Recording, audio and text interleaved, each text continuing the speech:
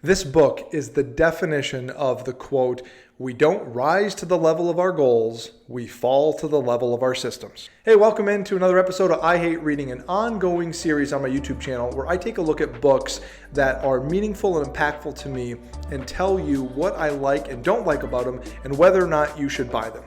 And today we're talking about Building a Second Brain by Tiago Forte. I hope I pronounced his last name right. So, without any further ado, let's build ourselves a second brain. The theme. One of the big points the author makes that's kind of an overarching theme of this entire book is that as people, our attention spans are getting worse and shorter. And not only that, but the quality of our attention is getting worse. And something that he says that I thought was really kind of a for me was that he says that our brains are really good at having ideas, but they're not good at remembering those ideas. And honestly, as someone who messes around with the YouTube channel and all that, I can tell you to the nth degree that is true. There's so many times where I'm on a walk or I'm in the middle of something or playing with my daughter and I think, that would be a great idea for a cooking video, for a book to read or whatever. But trying to remember that 2 hours later, no chance in hell.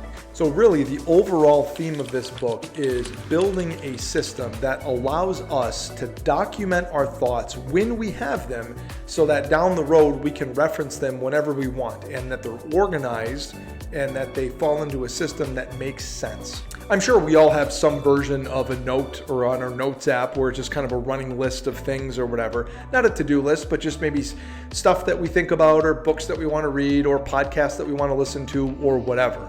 And the problem is that Tiago talks about is that you can't really use that information. It's not helpful because there's no organization to it, there's no system for it, and there's no way to reference it or to easily access it. So what good is having all this information if by the time you actually find what you're looking for, you don't even need it anymore? And a big part of having all of this information housed and organized is that it eliminates the idea that the author refers to as forced creativity.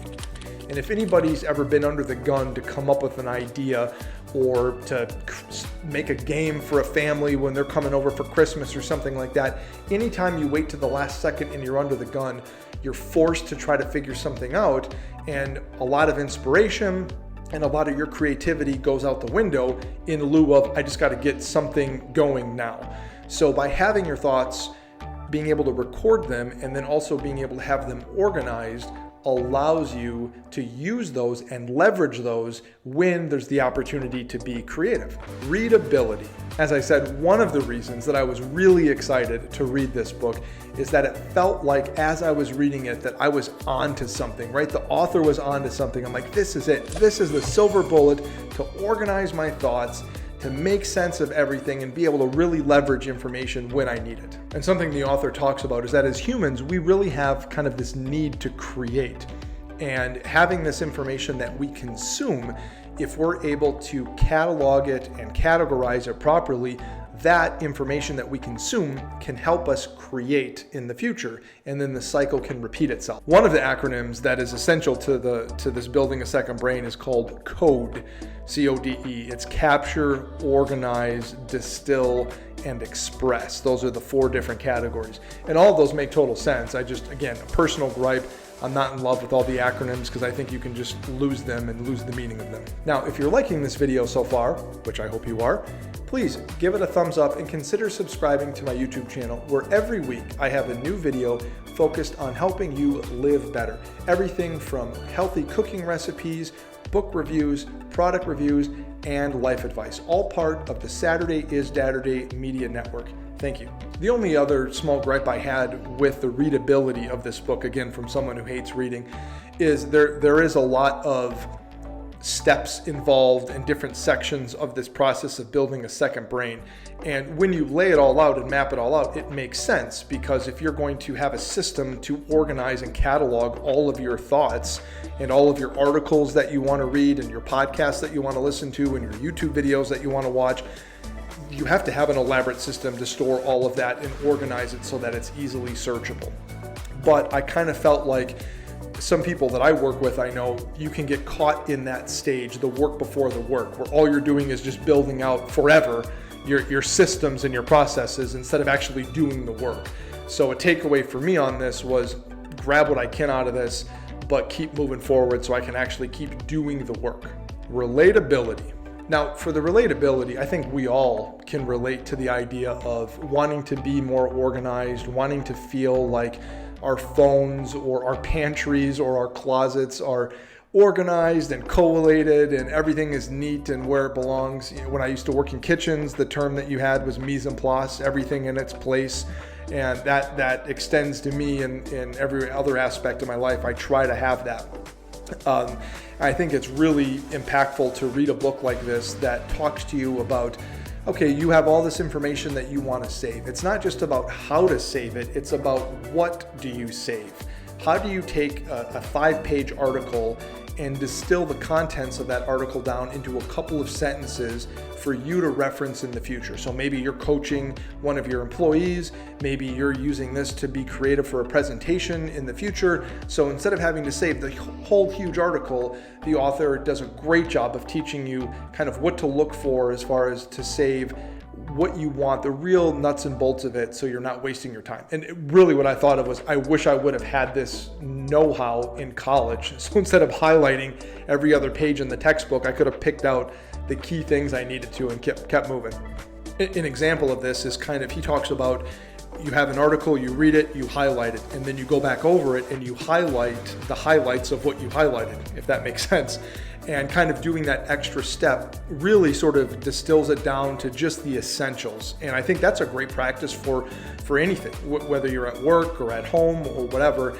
I think people have a tendency to want to build out more or save more or write more because they think that more equals better or more equals productivity or busy. And I think really what you want to do, especially as you get older, the stage of life I'm in right now, I'm trying to prune the tree, right? I just want less. I want everything distilled down to as pure as I can and only the essentials that I need and that I can use. And also something that's really relatable, it was for me and anybody that maybe does anything creative, as I try to do stuff creative with this YouTube channel and podcast, is the idea of what is your creative process? And I think a lot of people think that creativity is just spontaneous all of the time, that you're just walking down the street and all of a sudden, poof, you've got the greatest idea in the world. And really the author goes into the idea of creativity comes from the process that you establish for how to be creative. And oftentimes it's not the idea, it's the idea that comes from that idea, that comes from that idea, right? It's sort of an inception, it's a layered approach. And I think we've all been there where, you come up with some idea and you're like, okay, that's cool, but then that really is the springboard for something else. And that's the idea that you go with. And to me, that was a really big takeaway, is giving yourself structure and processes and systems that allow you to have time to be creative and allow you to use the resources that you've accumulated to be creative, so that ideas can come from that organically and then another idea can come from that first level of ideas. Actionability. So one of the things I always look at with books, especially books like this, is what can I do right now, today? Can I take some of this from the book and can I go put it into practice and actually have it be useful and not just more busy work? And I think this book does a great job with that. As I mentioned earlier, one of the examples the author gave was the acronym of CODE, which was capture, organize, distill, and express. And if you think about that as it terms to information, so I'm going to capture a podcast episode. I'm going to organize it as far as how I can search for the contents of that. I'm going to distill that down to the very essential pieces, and then I'm able to use that to express in further creativity. And that's when the information you have actually becomes useful and turns into knowledge, when you can take that final step of expressing it. But you can't really do that consistently or well if you haven't done the previous steps, which is building a system to organize all of your thoughts and then distilling them and then being able to express them. Another real simple piece of actionability, what I talked about before, is the progressive summarization, as the author calls it, which is you highlight an article, for example, and then you go back and highlight the highlights, and then maybe you do it again. So what you're left with is really just the simple distilled version. I think that's something we can all put in practice today. You think about you're part of a meeting at work and you're writing notes, or there's a meeting agenda and there's a bunch of stuff. How can you really just strip that down to get to the nuts and bolts? I think that's also a great practice if you are conducting a meeting at work. If you are the one leading the meetings, like I often am, can you really just keep that meeting basic and move forward with what really needs to be accomplished? And that's that progressive summarization, either beforehand or after the fact, I think is a great technique that all of us can go put into practice right now. My final thoughts and who this book is for. So who this book is for, I think, is anybody that's looking to be more organized in their life, whether it's at work or at home or with any hobbies. I think this book really cracks the code in a lot of ways on what to do, how to do it, practices that you can put into place to steps to take to put this and make this a reality. My biggest takeaway from this book is actually a slight disagreement with it.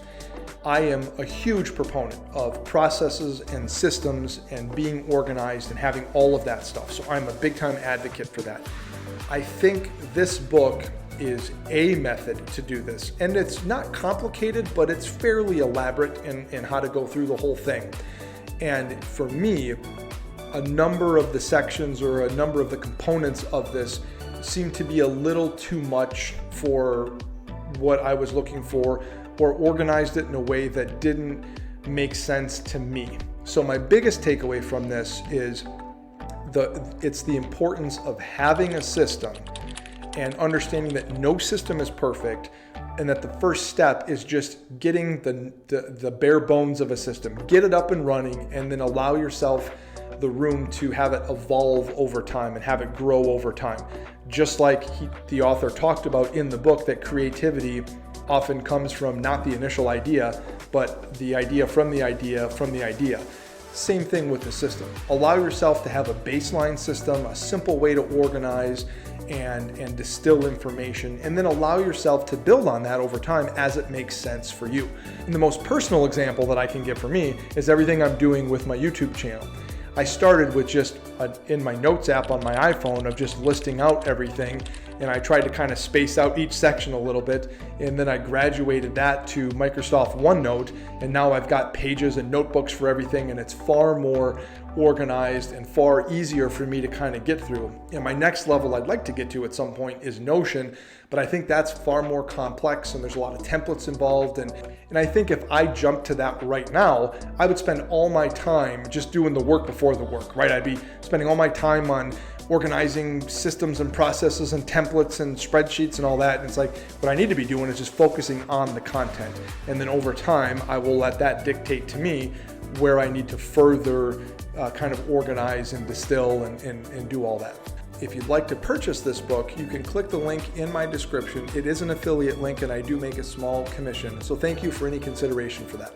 All in all, I really had a great time reading this book. It was super fun. I actually read it like 1.5 times, which if that counts. And at the end of the day, my biggest takeaway is read this book and take away, if nothing else, take away that you need a system. And whatever that system is, whether it's this one or a different one or your own, but start there. How can I just develop a baseline system for me to get organized, to capture information, to distill it, and then most importantly, how can I take that information and put it into practice where that information becomes knowledge? Thank you so much for watching this episode of I Hate Reading, where I talked about Building a Second Brain by the author Tiago Forte. If you enjoyed this video, please give it a thumbs up and consider subscribing to my YouTube channel. Every week I have a new video focusing on life advice, cooking recipes, product reviews, book reviews, all in an effort to help you live better. This is all part of the SID Media Network. Thank you very much. Have a great day.